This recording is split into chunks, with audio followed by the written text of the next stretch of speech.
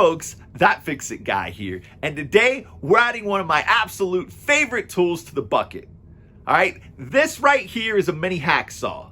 I've used a bunch of variations of this thing. This is my favorite. So come along, let's get to fixing. All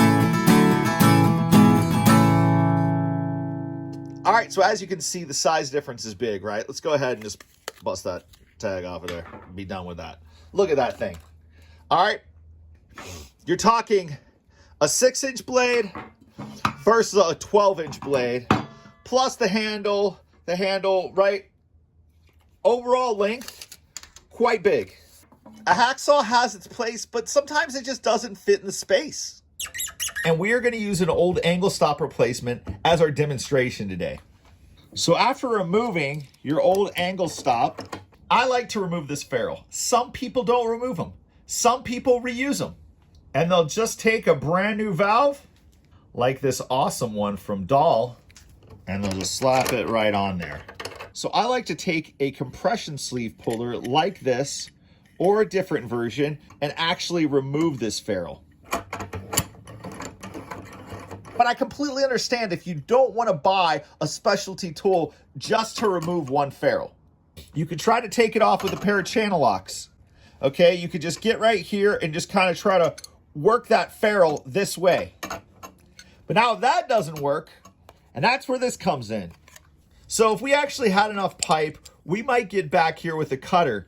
But if we use this cutter, it's not going to leave us a lot of space. Because if you really wanted to, and there's enough space right here, you could cut this. You could actually just take this and cut it off right behind the nut, and that would leave you with enough pipe to put a new angle stop on without any issue. But if you didn't have the clearance back here, well, once again, a mini hack comes into play, right? Because this is a small, tight space, usually back behind a toilet or under a sink, and you're not going to put a hacksaw in here. And then what you want to do is you just want to make a slit in this. Try not to damage the copper. Sawing, just getting the brass, don't go too far. So then I just usually grab my trusty 6-in-1, get down in this little crack right here, and just break it out. Boom.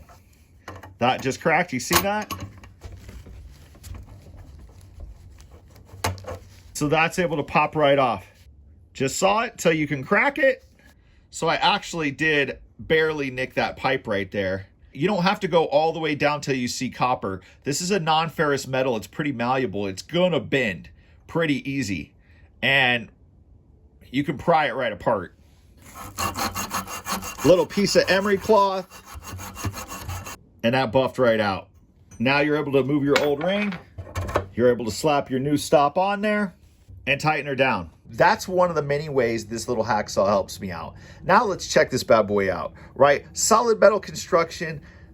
The change out of the blade on this is actually quite easy. You just take this handle, screw it counterclockwise, and this bad boy just pops off. You're able to change it out really easy.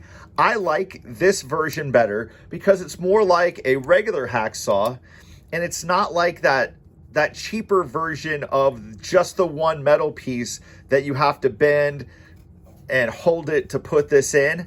I feel like the fact that you're able to tighten this up if it gets loose actually helps your blades last longer. Since I have switched to this model of mini hacksaw, I've gone through blades a lot less. I wish I could tell you the date that I bought these replacement blades. I feel like it's been years and years and years ago, and I still have a couple left because really, once I switched to this style, I just haven't had to use them.